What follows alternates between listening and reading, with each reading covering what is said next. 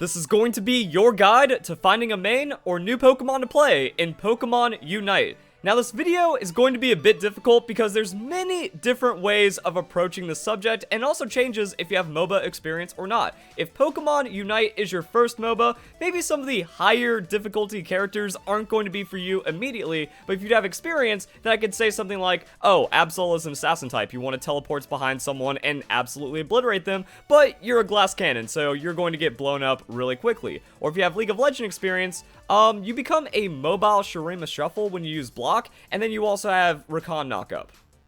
It's pretty scary. Snorlax is a really good Pokemon. But then, like, if you don't have MOBA experience, you might not understand, like, what an AD carry is, or what you want to play exactly, so there's that. However, if you're new to MOBAs, there's also just picks of Pokemon that are going to be really easy to play or really good for you. I feel like Alolan Ninetales, for example, can be one of the best starter Pokemon for anyone, as long as you pick Aurora Veil, and then all you really need to do is set your targeting to lowest hit points flat, and just kind of let the game autoplay itself. Now, I don't have much mobile experience because I play exclusively on the Nintendo Switch, so it's also one of those things like if you're new to a mobile MOBA, then maybe using the aim assist for a while you kind of figure out the game is going to work best for you. Therefore, characters that utilize that the most, or playing like a melee Pokemon and then setting the targeting to closest, is going to work in your favor pretty well. But there's also another way of approaching the game. You could just play your favorite Pokemon. If one of your favorite Pokemon is in the game, or out of all the Pokemon that are available, it's like, oh yeah, I really like Mr. Mime. Now let's say Mr. Mime is like your 6th favorite Pokemon, but your top 5 isn't in the game yet. Alright, go for it. Whatever makes you have fun is going to be one of the best ways of getting into the game, except for Slowbro players. Slowbro, literally the worst Pokemon in the game. Its existence is pain, its laning is suffering, and it's going to be very difficult to learn the game on a Pokemon like Slowbro. I feel like you're having an effect because Slowbro just isn't that good of a character. Same thing with Venusaur, but like if you're from the original 151 crew and you're Bulbasaur fans, like go for it. Just stay out of ranked until you're really good and really confident at the game. But I mean, just play standard matches while you like learn the game and you learn Pokemon. But then there's another way to approach the game, and that's just being a meta slave. That you go, oh, this Pokemon's like one of the best in the game right now. Just pick Zeraora and learn how to tactically run into the opponent's team and not die while popping all of your abilities and killing everyone. Well, that does sound weird. It's like, well, why is Zeraora just allowed to run into 3 people and kill them all for free?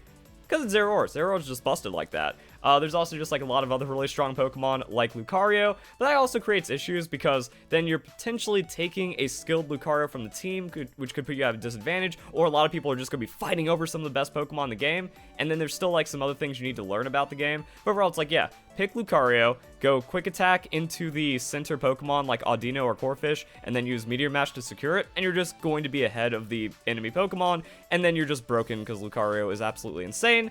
Now, if you're being a meta slave, that's where tier lists come into play, and fortunately, I make tier lists, so don't forget to subscribe to the channel, hit that notification bell, check out my multiple playlists in the description so you can soak up as much information about the game and make informed decisions about the Pokemon that you want to play. Blissey is really strong right now. Blastoise needs to be on pretty much every team. Greninja just got ruined, but I always thought Cinderace was was the better AD carry type Pokemon, or ranged physical attacker or something like that. So yeah, just learn Cinderace.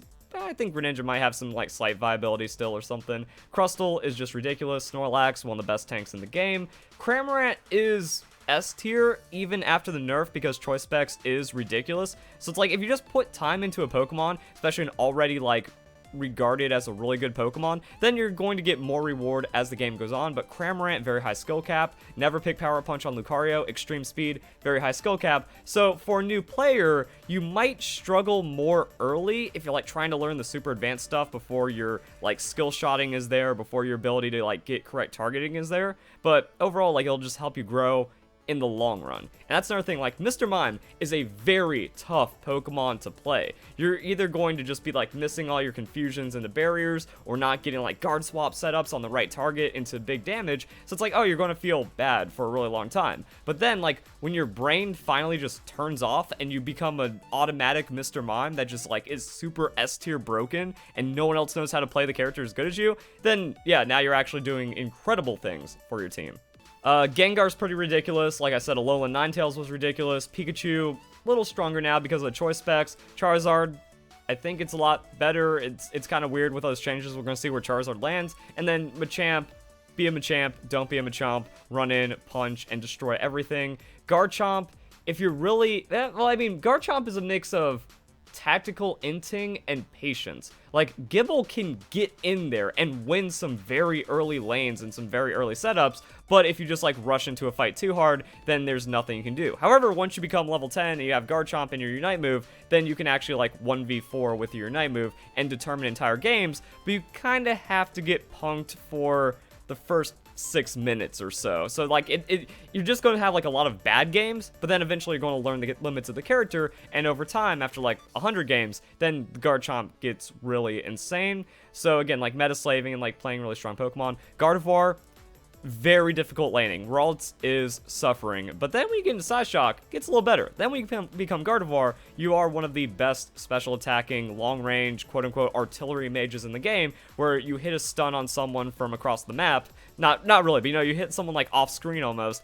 Then you land a couple of Psyshocks on them, and then if you can like land multiple Psyshocks on multiple members on the opponent's team, incredible value in team fights. Also really good for Zapdos and Dreadnought secures, which are the game right now. I don't have a tier list yet. That should be coming out tomorrow, because day 0 or day 1 tier list after a patch like this with new items and a couple of Pokemon shuffle ups, pretty irresponsible. So I'm not even confident who goes where anymore. The game's just wild now. So it's like, yeah, there's just like strong Pokemon. Like whoever you hear being complained about, maybe it's worth putting some time on. Also, another recommendation I have, just spend money on the darn game. $8 for like the double gems.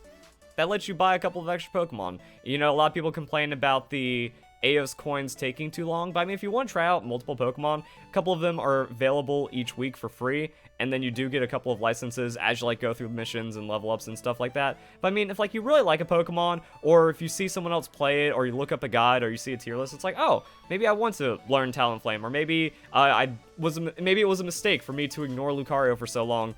You're going to play this game. Like, if you enjoy this game, you're going to play it for dozens and dozens of hours. It's like $8 isn't bad, even spending like 20 in the long run. No one's going to fault you for that. You're getting your money's worth out of this game. 100%. Actually, 100% kind of sounds like a guarantee, and I don't want to be liable for people's dissatisfaction. So 98% of Verlisify approves of spending money in the game. So I mean, like, yeah, if you're finding frustration but you want to enjoy the game, then do the thing that'll make you enjoy the game a little more. Let's go back to the all Pokemon so we can keep on talking about the Pokemon. So yeah, like I said, there's multiple approaches. If you're looking for Pokemon that are similar to like League of Legends characters that you play, I feel like there's enough going on already, even though people complain about the roster not being huge. Like, you can find a main and you can find a sub-main pretty easily right now, just off of many different kinds of preference. And then you can also just play for archetype. Even if you don't have MOBA experience, you might go, well, I want to support. I actually want to help people. Now, I don't think that this is something that is as necessary in Pokemon Unite as League of Legends. Like, every team doesn't 100% need a support, or you don't have to like bring something into a lane with a friend and then like support things or something. But it's like, oh yeah, Eldegoss, I just want to like kind of do AoE healing and shielding and stuff out the opponent's lane and make them hate their lives. You got that. Wigglytuff, same thing. Like, I want to run into people and I want to make it to where the enemy team doesn't get to do anything. There's not too much pressure on Wigglytuff. So it's like, yeah, my team needs to follow up when I put all of them to sleep and I get some slaps and stuns and a lot of interruptions with my passive ability. Okay, there you go. Just that's how you have fun. Just be like, if you want to be super annoying, you got that. If you want to make people hate you while hating yourself, while becoming like, while ascending into a new form of love that no one else has ever experienced, become a Mr. Mime main. And then again, Blissey is just ridiculous right now. And a lot of compositions are being built around it. But then there's just tanks, you know. Do you want to get in there and make it to where people don't get to move or play Pokemon Unite? Blastoise is really good at that. Crustle's extremely good at that. Snorlax, you tackle the mid Pokemon, so the Center, Audino, or Corphish really early on in the game, and then you get Secures and you just stay ahead because Tackle's ridiculous. You scale to level 6, you knock the enemy team up, don't use Flail, that's trolling, don't use Yawn, that's trolling, and then what you want to do, knock up as many people in a team fight, push a couple of them into your team with block, and it is the most satisfying feeling in the world to bully people so hard on Snorlax. Actually, let me change that. It's the most satisfying feeling in the world to bully children that hard with Snorlax. That's effectively what Pokemon Unite boils down to. Ranged attackers. So yeah, there's different flavors of ranged attackers. Do you want to sit super far behind and just kind of hit people with very standard magical attacks or special attacks or something? Pikachu. You just kind of sit back, hit people, do some damage, maybe contribute some stuns or crowd control on the team, and if someone jumps on you, then you have a really bad time, so don't do that. Stay far away, but also in ability range, and just like whittle people down, but also burst them at the same time. Pikachu is kind of wild. Venusaur. Rough existence, multiple movesets. Giga Drain Pedal Dance got buffed, so that's more viable of a set. If you learn how to snipe with Solar Beam, you can have some satisfaction. Then the Unite move is alright. Charizard. Charmander lane is suffering, but if Charizard is one of your favorite Pokemon, or you like the idea of flying around melting people in the mid to late game, if you could just, like, dedicate your time to learning the limits of Charmander from the very beginning, and since you're going to lose... Like, here's another piece of advice. You're going to lose. A lot. Don't feel bad about it. League of Legends experience translated really well for me, but I've seen some people that have played other MOBAs not get Pokemon Unite off the bat. But if, like, you're completely new to this, or you're young, or you don't have, like, a lot of APM action game experience, or MOBA game, or Battle Arena game experience, then, yeah, like, you're going to lose a lot. But use that time for learning and development. At least stick the game out until like level 14 where you start getting all of your super item enhancers. But if by that point you end up having 50 games on Charizard and you're not just dying first every single time, every single game, then yeah, then you're going to find ways to scale on Charizard and pick up the higher levels of play. Eldegoss, again, like healing and just preventing your opponent from doing anything to you or your lane partner, has its own satisfaction. Ninetales is just free as long as you understand that it's all about passive procs and then just getting like really easy auto-targeting on Dazzling Gleam. Wigglytuff is its own kind of crazy. Machamp. I've seen Machop players, once they understand the limits of Machamp, become absolutely insane. So it's like, yeah, bulk up, eat all of their crowd control, don't get slowed, don't get stunned, run into them, and then just start punching on them, and then using that to get pressured, secure camps, scale. Level 5. Once you hit level 5, you submission, you eject button on top of someone, and you yoink them backwards, and you KO them. When you understand how to do that on Machoke, or Machamp, or Machop, however you classify these Pokemon, then you're going to start having a great time, and then you're just going to be invincible when you use your Unite move, and then you 1v4, 1v5, and win games. So you just have fun. Like, one of my friends, he was playing the game early on, he was just like, I like Cinderace, you know, the bunny's kind of cool, and he was trying to learn some Pokemon, and you don't think like, oh, who likes Machamp? Why is Machamp and Mr. Mime in this game? These aren't fan favorite Pokemon. What the hell is Cramorant doing? No, it's like, even if you don't think you like a Pokemon in the core franchise or something, you might just love them in Pokemon Unite because of their playstyle. Machamp is the ultimate bruiser, brawler Pokemon, and your life becomes punch. You punch, punch, punch until they're just a pulp, and then you win. And if that sounds fun to you, and you've also like seen gameplay and potential guides, because I'm planning on releasing guides and all these other things, if that sounds fun to you, yeah, maybe learning Machamp early on is going to be pretty cool. Has some jungle viability as well.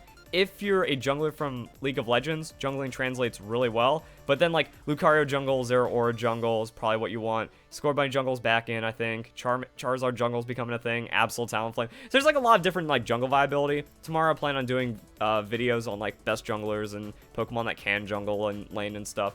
Gengar, don't go Shadow Ball Dream Eater, and you're going to have a pretty good time, and then just learn how to manage Hex. I'm going to be releasing a Gengar guide really soon into the launch of Pokemon Unite, because it is a classic fan favorite from 151. Talked about Snorlax, kind of talked about Cramorant. Just know that your Whirlpool gets you to lane faster than any other Pokemon. So Whirlpool first Apom, Whirlpool the last two Apom. Make sure you like split it in the middle so you one-shot them just off of one Whirlpool usage, and then you run down, set up your Whirlpool on the center Pokemon, and then use that to get pressure. Boom, that's Cramorant. Absol, you're just RNG based. You're pretty much, your plan is you wait until level 5, and then you go in and one-shot or get one-shotted, and it means you either snowball or you're behind the rest of the game, or you like if you get KO'd in like that first gank from the jungle, or lane Absol because you're just a kid or you're new to the game, you just want to have some fun. If you fall behind after that, you need to be very opportunistic about how you finish off Pokemon and like enemies in fights, or you just get ahead and then you just style on the enemy team, and it's really fun like that. Garchomp talked about, Lucario talked about. Crustle. Never go Stealth Rocks, never go Rock Wall. What you want to do is Shell Smash, run through the enemy team, X-Scissor them into your team, so then like you X-Scissor back into your team, and there's nothing you can't do. When you Shell Smash, you become the fastest tankiest, highest damage Pokemon in the game, and your Night move makes it where you like 1v4 entire teams or even 1v5. Like, just disrespect your opponents, understand the limits of Dwebble, because Dwebble actually is pretty strong. Like, if you get a good multi-stun on someone, and then you can just, like, keep hitting them with the, Fury Swipe, I think that's the first move. Like, if you just stick on someone, you get slows and passive procs, and you run crit, like, what you want? You want that scope lens on Crustle, and you want to use your super item enhancer on a level 30 scope lens. You start playing some crit shenanigans. Yeah, Crustle is just fun. So you're going to int for a while, you're going to throw games, you're going to lose pretty hard, but then when you understand the limits of Crustle, there's nothing you can't do. Greninja, I don't know its position now that it got, like, giga nerfed, but you hang on the edge of fights, you wait till people are low, you go in, you just start getting resets on Surf, so you become Kha'Zix. You're a ranged Kha'Zix. So you're sitting at the edge, you're going, bip, bip, bip. I have closest targeting, so I'm not, like, trying to execute anyone. Like, I'm just like, hey, even if I'm just getting DPS on their tank, you know, as long as I'm staying safe and just getting damage out across the fight, that's pretty cool. My team's going to do something, and then you use your smoke screen to get in. That gives you your third auto attack. You melee dash through them, you surf execute them, you get some health back, and then you're just popping off, and Greninja can still be pretty strong. Talonflame. Backdooring doesn't really exist in this game, so if you're used to, like, side laning, Talonflame kind of for you, but backdooring is just not meta. Like, backdooring exists, but there's no point doing it. You need to be at Dreadnought, you need to be at Zapdos, you need to be team fighting, even if you're behind. Comeback experience is infinitely more valuable than trying to, like, sneak a score while the rest of your team is getting their head kicked in even more. Talonflame, it can, like, fly around, steal objectives, so if you like doing that in League of Legends, pretty good. Hyper giga mobility character that does have some crazy burst potential, but then, like, pretty much your AoE Absol, so instead of, like, guarantee, or at least just evaporating one person from the game, you're doing crazy amounts of damage to multiple targets in team fight, and then you immediately die. So Talonflame kind of weird like that, but also can be a decently satisfying Pokemon. Just hard to team fight, and it's a team fight meta, so keep an eye on that. Zero Aura, you just all in, and this Pokemon is, like, one of the best in the game, so it's super overtuned, and you get to have fun regardless.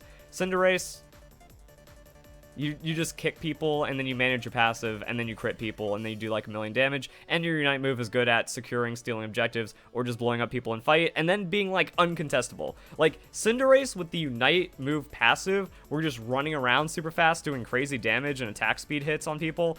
It's really hard to counter Cinderace at that point. You just kite out everything, and then you just kick them really hard, and you're good to go. Gardevoir talked about, Blissey talked about, Blastoise talked about. Rapid Spout's still viable, but if you want to be like the ultimate disruptor, you just surf in on people, Hydro Pump them into your team, and just be annoying like that. Also, your Night move is one of the best in the game, so as long as you, like, knock up 3 people at Zapdos fight and do half their health, and then, like, Hydro Pump someone else into one of your carries, you win. So yeah, that's going to be a breakdown of the game. Hopefully I explain this from, like, every angle. If you like a Pokemon, play it, learn it, master it, except for Slowbro. If you go for movesets and you find League of Legends analogs, there we go. If you want to play a specific role, there you go. Speedster, you think, like, oh, you're fast and you're, like, getting mobile around the map and doing things. No, Speedster just means highest damage glass cannon in the game, so take that in consideration. Lucario is, like, the ultimate level of skill expression with the extreme speed, and you just do ridiculous things. Garchomp effectively gets, like, 5 Aatrox charges for its ult that do half or at least a third of enemy Pokemon's health. Now, it is, like, tricky and weird to use, but if you just land, like, even 3 of those inside of a fight and you hit multiple people with them, you are changing the outcome of the game. 80 carry class, Greninja and Cinderace both have outs, so it's, like, mobility and crowd control on certain 80 carries. Pretty crazy, and then everything else is just wild. X-Scissor makes it to where your opponent doesn't get to act, it cancels Unite moves, it does really dirty things, and everything else is just kind of wacky. So, hope you guys enjoy the video. Hope this helped in any way. If it did, leave a like, comment, share, all that fun stuff. And thank you very much for watching.